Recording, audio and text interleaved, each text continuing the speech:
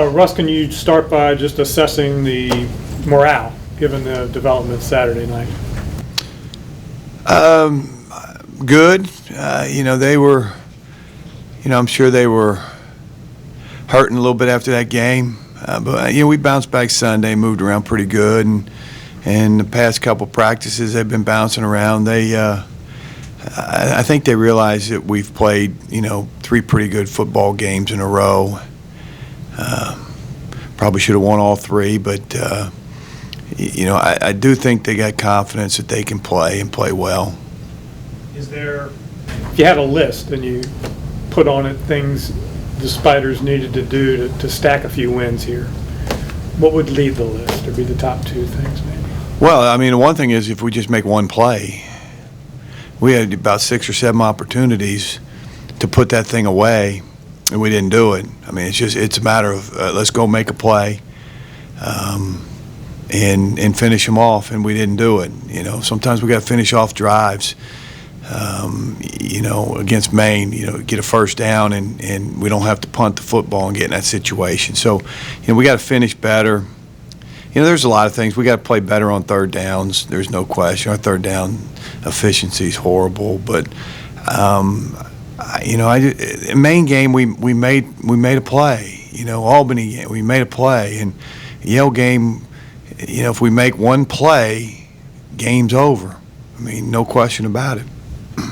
I mentioned Monday to you when we spoke on the teleconference about the standings. I wonder if you've sort of reviewed the standings with your guys and seen that it's a jumble and the possibilities are still there to make some noise in the league. Yeah, I talked to them on Sunday night, everything's out there for us, a championship, playoffs, everyth's still there. Our guys knew that. I'm sure I didn't tell them anything they didn't know.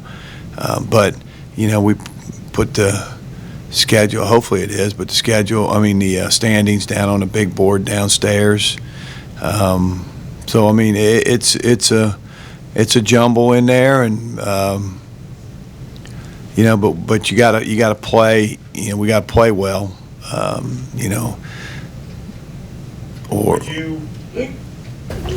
Was there any demonstration in the last 2 games against Delaware that the presence of so many fellows who were here on the staff and are there on the staff influenced the game in any way, presented them with any advantage?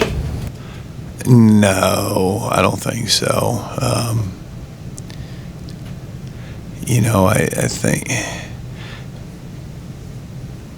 I don't think they said, well, I coached this guy for a couple of years. I know his tendencies. I know this. None of that occurs. You can see just about everything you need to see on film. I don't think the last 2 years had anything to do with the outcomes of those games. Now, we just didn't, we turned the ball over against them too many times last year, obviously. And, we made some mistakes that were critical mistakes. But 2 years ago, I think, we had obviously a pretty good chance to win that game at the end and didn't get it done. So, but that's what this league is. You look up and down, and somebody's winning late. Somebody's either winning one or losing one late, and you got to play and just find a way to make that play to win a game at the end. Their schedule and their results might make you think that they've been a little inconsistent this year. But do you see that when you turn on the film of them? Well, the Elon game, I think, you could probably throw that. That was 7-0. Delaware's got the ball before the half to tie the game up and fumbled and then Elon hit some plays and and got kind of got that thing out of control. But when you go back and you look at the New Hampshire game, that was Delaware played really, really well, and New Hampshire's got a good team, and I think they kind of out-physicaled New Hampshire a little bit, they just went to the hard-nosed, tough, football. And so, no, I mean, they played Pitt to 17-14 game, and I think if you take out the E-line game, you probably got what Delaware is. Pretty good team. Do you have a clue as to who you might see a quarterback, or does it matter? Do not have a clue, to be honest with you.